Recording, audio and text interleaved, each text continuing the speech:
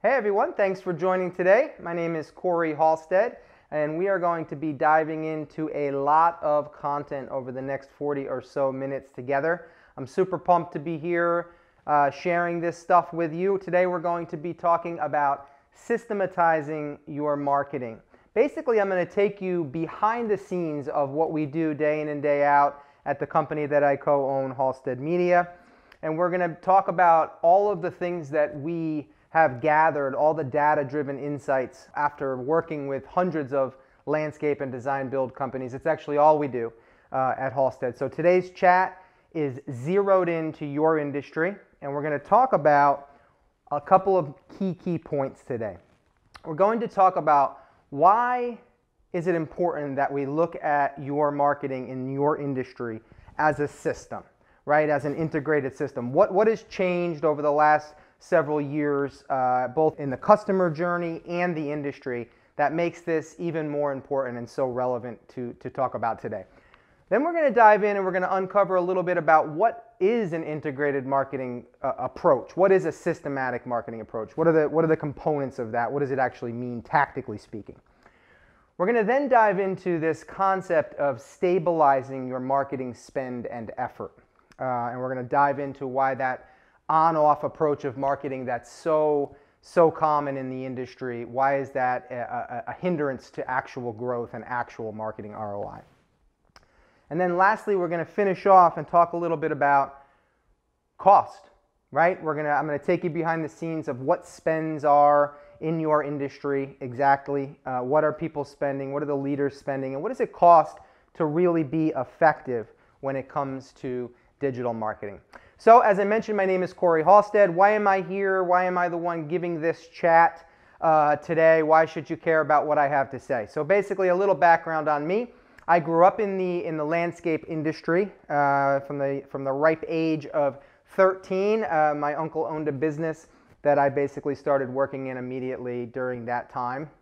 I quickly transitioned from his business, which was a commercial maintenance company mostly, to the design build side of the industry in the hardscape industry. So now going, 24, 25 years plus after that, fast forward, I've had roles in sort of each segment of the industry, certainly in the contracting and the designing and the design build world, and then at the product distribution level and manufacturing side of life. So really all three major segments that make your business run efficiently.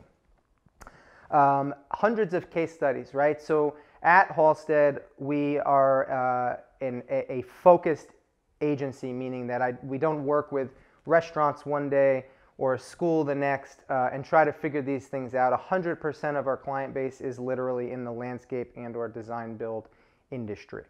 So all of that insight, all of those data, all of those case studies, all of those learnings are what's being poured into today's chat, and that is what we are going to be backed up by.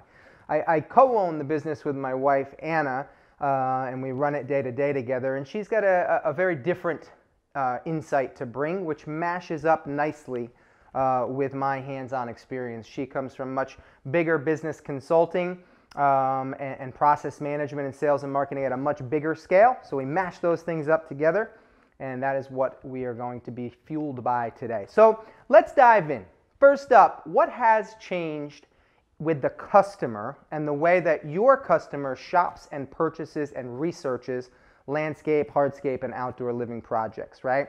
So we know that if we rewind sort of pre-internet takeover, right, then we know that customer was rather uninformed when they came into your world, right? You as the salesperson, whether you're the owner or you have a team of sales reps that go out to design sales roles, when they came into you, you were the expert. You drove that process. You informed them of things that they did not know. And basically, they were contacting a company as their starting point in their journey, in their research journey. Even if you take 5 years ago now, this progress has obviously been pretty rapid, but even if you rewind 5 years now, massive changes in the way that whole thing looks, right? And you can attest to that when you get to these sales appointments at that kitchen table, or if they come to your design office, wherever it is, they are a very informed consumer now. They've done a ton of research. The stats say on average 79 days for a large project in this industry. They're doing all that online.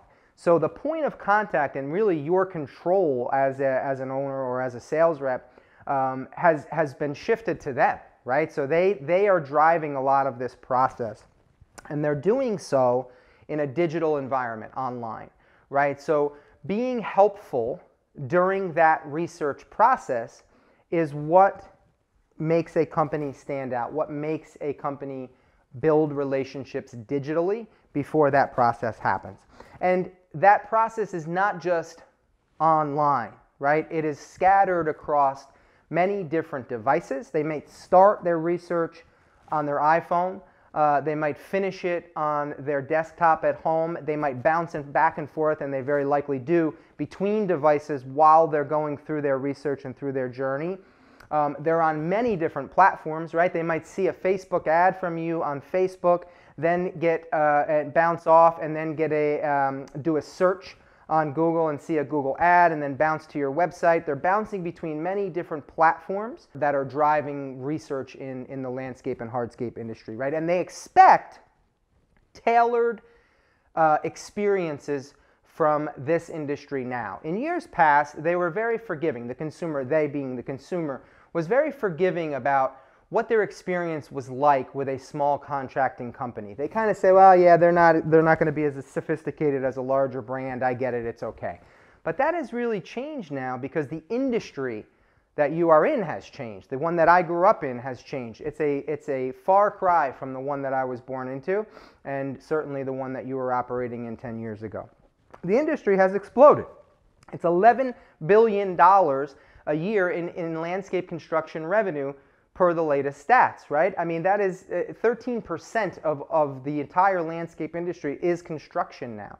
So we're talking about a rapidly growing industry in which the competition, your competitors, they are launching better programs. They are launching more sophisticated marketing strategies, and the competition is just way more fierce.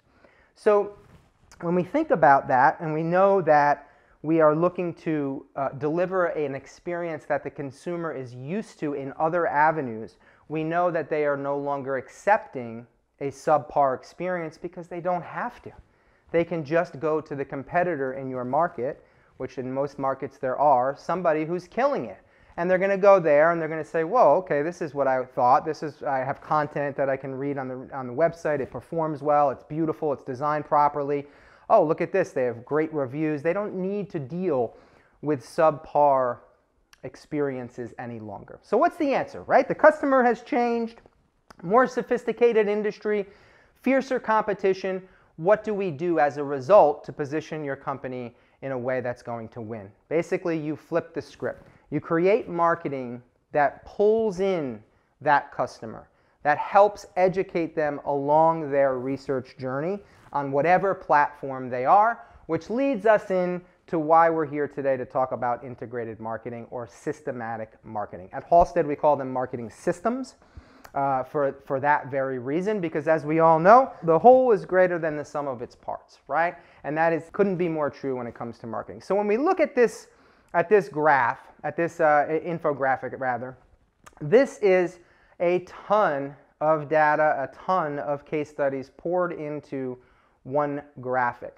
This is a roadmap, a playbook, a behind-the-scenes look at what actually works to drive sales from a marketing standpoint. So when we start over on the left here, we're talking about how do we get traffic and awareness? How do we get people to see our brand in the local market? How do we get them to see the work that we do? How do we get them to find us and visit our website? Because the website is the foundation of everything. We do that through search, right? Organic search and paid search through Google Ads. We do that through advanced targeting on social media advertising on Facebook, Instagram, and LinkedIn. Once we get that stuff flowing, in step one, we then look to say, okay, who is engaging with our company now? Who's clicking on ads? Who's entering our website, visiting our website? Who's digesting our content? on social, all of these people that are showing interest, right? So we're narrowing down, and then we end up sort of in the middle there where we're retargeting these people. That's basically the concept that is a game changer for driving marketing ROI. It is the concept of showing somebody who has engaged with our ads, with our message, with our company, more specific advertisements to those particular people, okay? So that is how we nurture them in a digital sales environment. I was on a call the other day, and the gentleman was a little older school, came from a traditional print advertising world, very knowledgeable, very nice guy. He said, so what do you mean when you say nurture through the sales process? That's a sales conversation. I said, well, kind of, but that conversation, quote, is happening online before they ever have an actual physical face-to-face conversation or phone-to-phone conversation with an actual person, right? So that nurturing is driving them through their research funnel as they go down their process. Very important step. Then we got to convert them, right? We got to get them into the website, get them to fill out a form, bring them into our world so that we can start having an actual conversation and planning and designing and building their projects. Once we do that, we close that sale because your team of sales reps or you as the owner is locking it down in the sales world. They become a customer, we deliver and fulfill the product, and then we begin to drive cheerleaders, if you will, out of our past customers in the final step, right? We get them to be engaged with our brand, refer us on social, and really nurture them to be a cheerleader of what it is that you do, which is to build amazing outdoor spaces that they create memories in, right? So that's what we do. So in that framework, we're talking about a few different pillar components, these main building blocks, if you will, within there, tactically speaking. We kick things off with strategy, right? Because we need to know who we're going after, where that person is, what pockets of your service area do they live in, and what are they like? What are they interested in? Thinking back over the best ideal customers that you've done, the projects that you do. We really outline that plan because you can't go anywhere without knowing where you're going in advance of getting there. That's how you get there. We then make sure that that brand that we're putting out there, right, not just the logo, but the messaging and the vibe and the voice, all those things align to that particular customer because we certainly are not going to talk to all customers the same way, right? That's not going to be efficient. So we design that brand, make sure it's good. Now maybe these things are already in place, right? Maybe you already have these. You can check mark that box. That's fantastic. But maybe we need to just back up a little bit and make sure they're dialed in. Maybe just a little bit of work, not a whole rebuild. We then move on to the foundation of the entire system, which is your website. A website is not something that somebody logs on to learn a little bit more about your company when they see your truck go by. It's not something that they go to when they see one-off Facebook ads. It is the center, the literal center of your entire marketing system. It is your data collection and analytics center. So understanding how people are using the site, what content are they most interested in, so that you can create more of that same content, right? Are they enjoying the case studies page? What are they doing? And then basically, it's also the conversion center, right? So when these ads are being put from paid search, organic search, paid social, and they're all driving back to this site, that is where the conversion, if you go back to that other diagram, right? That is where that conversion is actually occurring right there. So we have that as the foundation. We know where we're going. We know who we're going after. We know we have a brand that aligns to that person. Now we have a solid cutting-edge website that's ready to have marketing layered on. This is no different than the systems that you install and that I used to. When you're building a patio, there are layers of base material and layers of all of these things that go up to the top to ensure that the top finished surface is going to last for a long time and perform. Marketing is exactly the same way. So that website is your base material. We then go into one of the most important things and one of the biggest gaps currently that I see in the landscape and hardscape industry is video and photo of your work. Right? Because what is your content as a contractor? What is your unique offering? What is really your brand, right? Your style, the products you use, the projects you build, those things are all building your brand. We have to show them in a way that resonates with that customer that we're going after.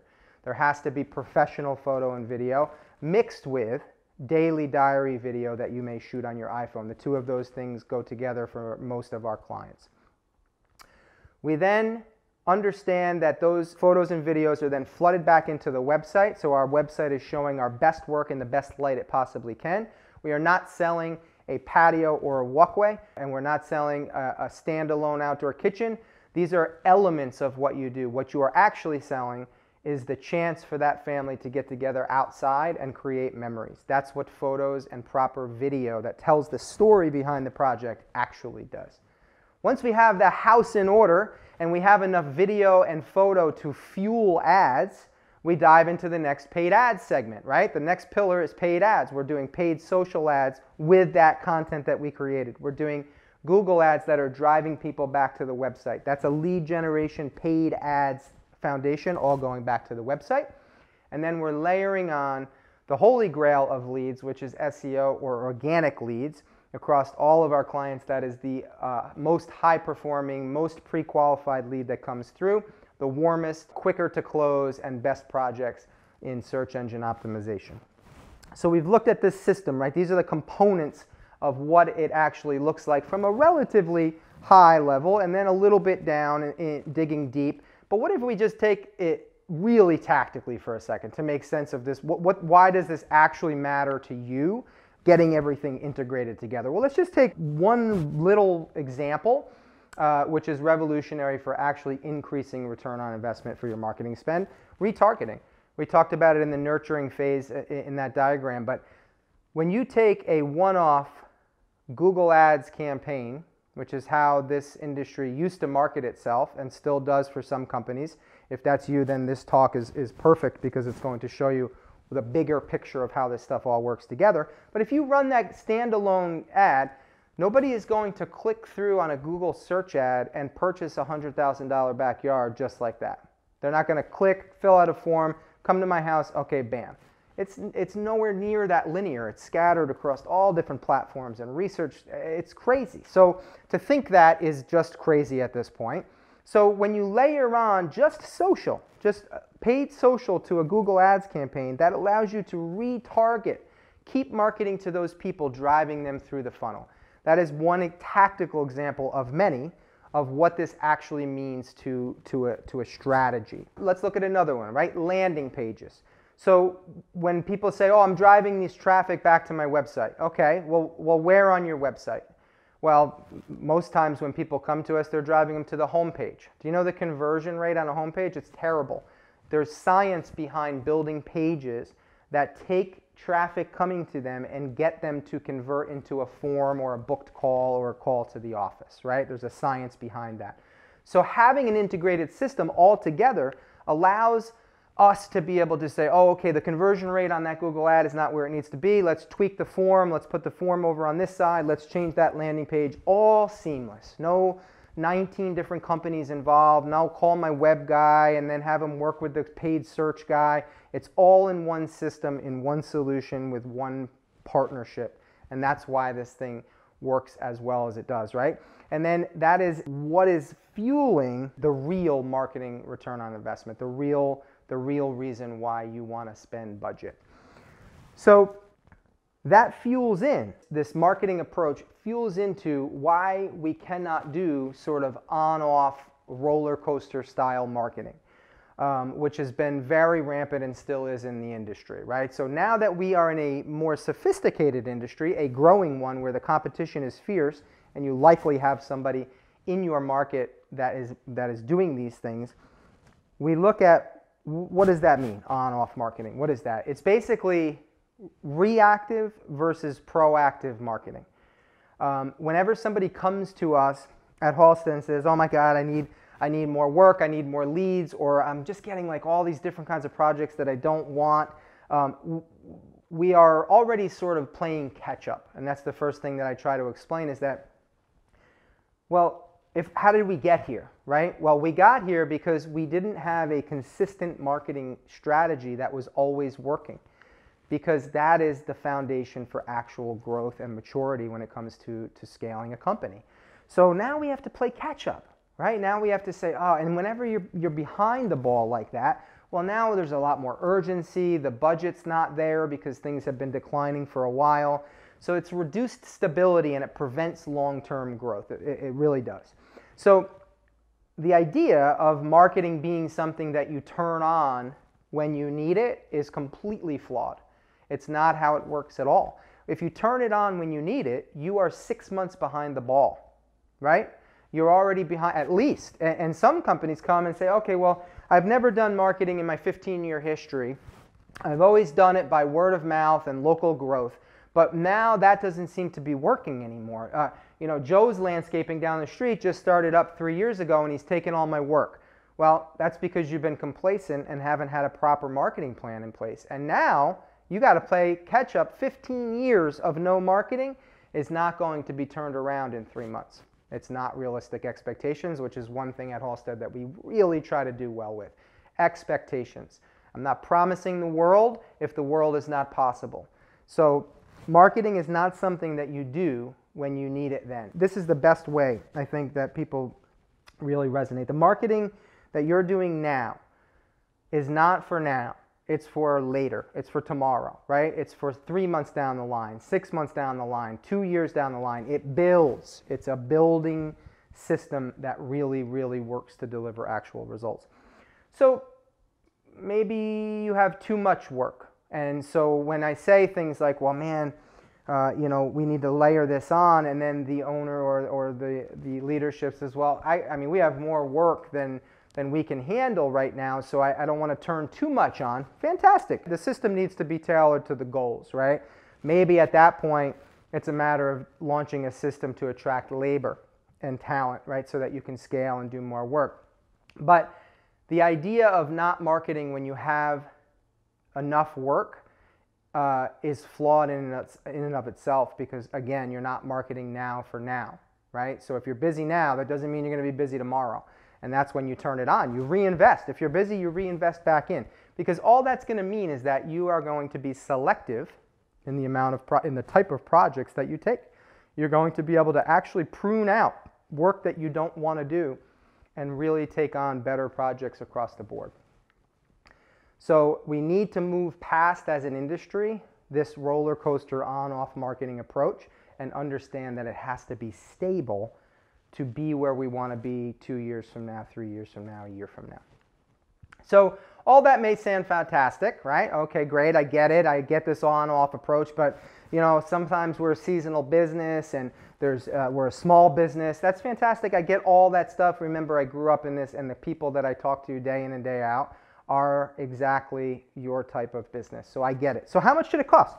How much should it cost? How much does all this cost, and how does it relate to your top line revenue? What's a healthy spend in terms of digital today and going, you know, and in 2021 and beyond? So, well, we can look at it a few different ways, but with the way that my brain works, coming from your industry, is always hands-on. Like, how do we understand it tactically, real, right? So we need the system, first of all, before we can really understand it, we need it to be sustainable.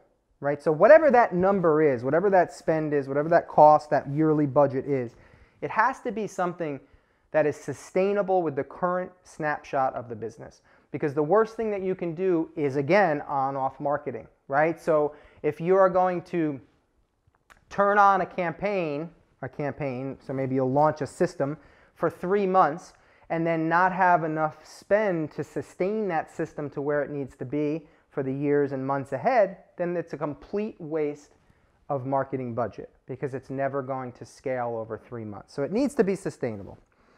The other thing we need to understand before we can really talk about ROI or spend as it relates to top line is that there is a certain investment, a certain foundational amount of elements that have to be in place before we can really start to talk about spend and about return. And one of those things is I was on a call the other day with somebody, and they were saying, okay, so you're going to design me this really cutting-edge new website. I get that I need it. It's going to sit at the foundation. You know, I'm going through this whole spiel just like we are now, right? Because this is real stuff that we're talking about here. And he says, so what is going to be my return on that investment? And I said, well, we're not going to have that conversation when it comes to a website. Is it going to convert people better than this crappy, outdated one? Absolutely. Is there going to be more traffic that comes to it because it's built properly on the back end? Yep, absolutely. But incremental when we compare it to an actual scaled system.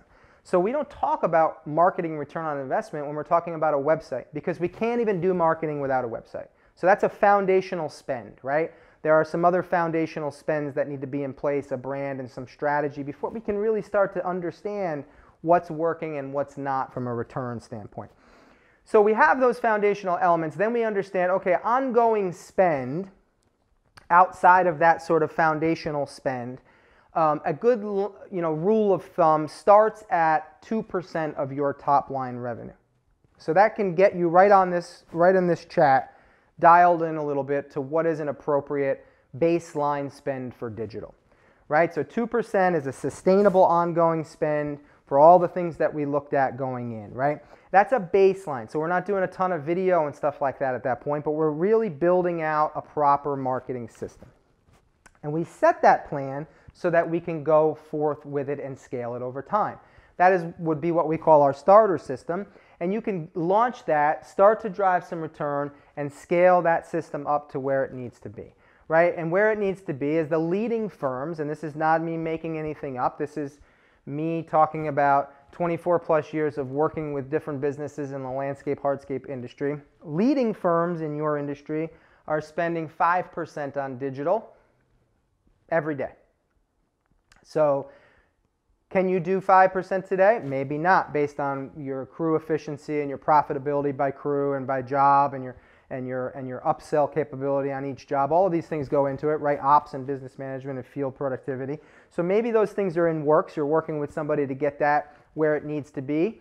And once it is, then you can start to understand how you can scale your spend and become super competitive in the marketplace and saturate your local service market, right? Because everything that we're talking about here is not about growing your Instagram followers to 80,000 across a service market that you don't service, because we are dialed into real business results, right? So that's your service market. That's what's important. So we spend that, but what do I get in return? What can I expect? Again, being hands-on, being tactically speaking, taking every client that we work with and understanding that that is precious marketing budget, precious money that could be invested in many different ways in that growing company. We are dialed in as much as possible to how are we going to get it tied to return. In the beginning, when we start to build out that system, we have to rely on things that we call vanity metrics, right, in the marketing world. Short-term health barometers of the work that we're doing, of the campaigns that are live. These things, I'm sure some of this stuff is familiar for you guys. Click-through rates, right, for paid search. Engagement rates on paid social. Website traffic, bounce rates. These are vanity metrics, things that we look at in the beginning out of the gates to make sure that things are on the right track to scale. But this is a process of scaling, right? The idea of coming in, starting up a system, and judging its efficacy 2 months in is ludicrous. That's why choosing a partner that you can trust or doing something in-house, it's about long-term vision and sustainability and trust in whoever you're working with, because things scale over time and it needs to be there, again, sustainable. So we have that, but then once we are optimized, right, once we're moving forward with the system, once the system is really sort of in full tilt, right, everything is integrated together, it's scaled up, there's enough data coming in to make actual decisions on which ads are good and which ads are not.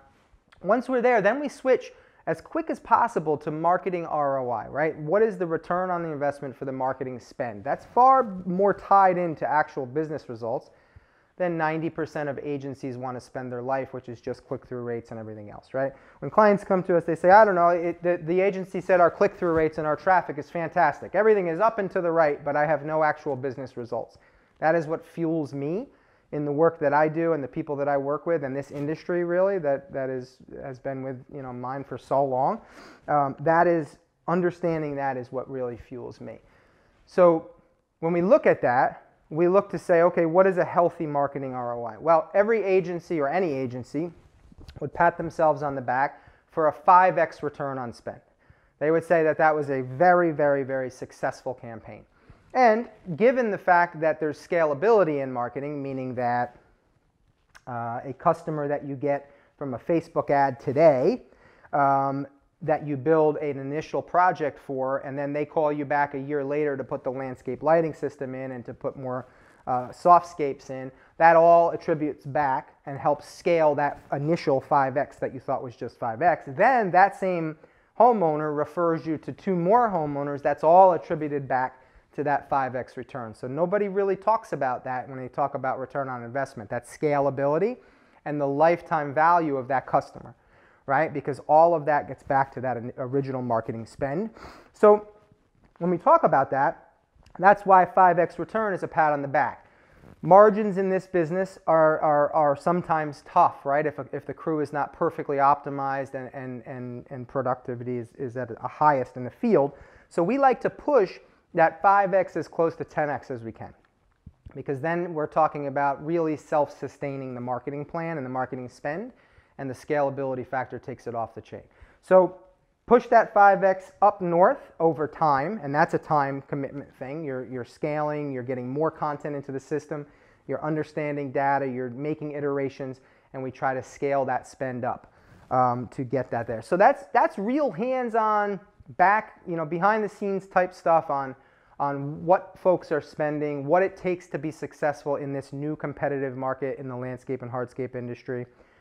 What exactly are the components of a system that drive actual results? So where should you be spending that budget on what exactly? We outlined that.